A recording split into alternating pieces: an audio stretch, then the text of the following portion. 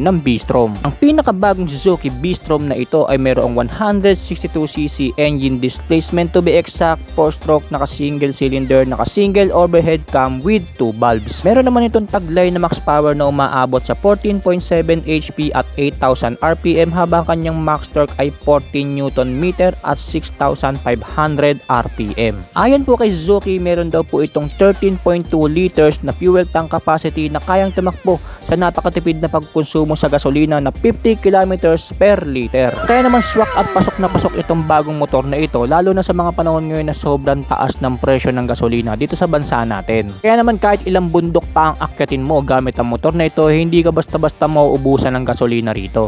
Para po sa kanyang fuel system, ito po ay naka-fuel injection.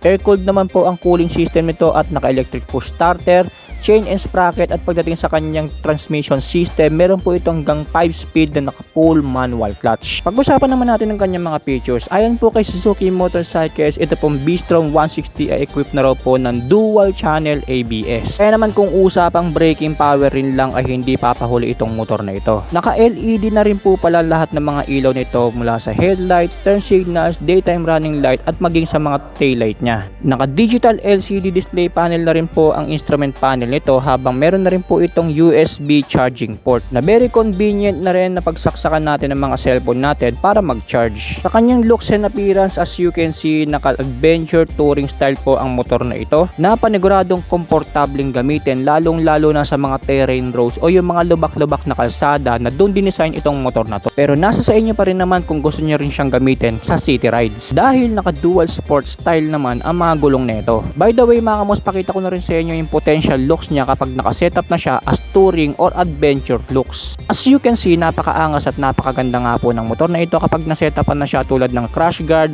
side panniers at top box, na talaga naman pang touring ang dating niya kapag nasetapan mo na siya ng ganitong mga accessories. Well, pagdating sa mga nasabing accessories, maaari kang makabili niyan sa mga kasa ni Suzuki Motorcycles, lalong-lalo na yung crash guard niya na dinesign at dedicated talaga dito sa B-Strom 160. Of course, mabibili niyo po siya separately, hindi po siya kasama sa motor kapag bumili kayo. Tapos na tayo sa engine specs, features at looks and appearance niya. Pag-usapan naman natin ng presyo nito. Magkano nga ba ito sa Philippine market as of April 2026? Ayon po kay Suzuki Motorcycles, ito pong B-Strom 160 ay nagkakalaga po ng 146,000 pesos. SRP price po yan, but then again, maaari pa po yung magbago depende sa kasang kukuhanan ninyo. At maaari pa po yung magbago dahil na rin sa mga babayaran pa natin tulad ng LTO registration at insurance. Kaya naman sa presyong 146,000 pesos ay masasabi kong sulit na rin bilhin itong pinakabagong Suzuki B-Strom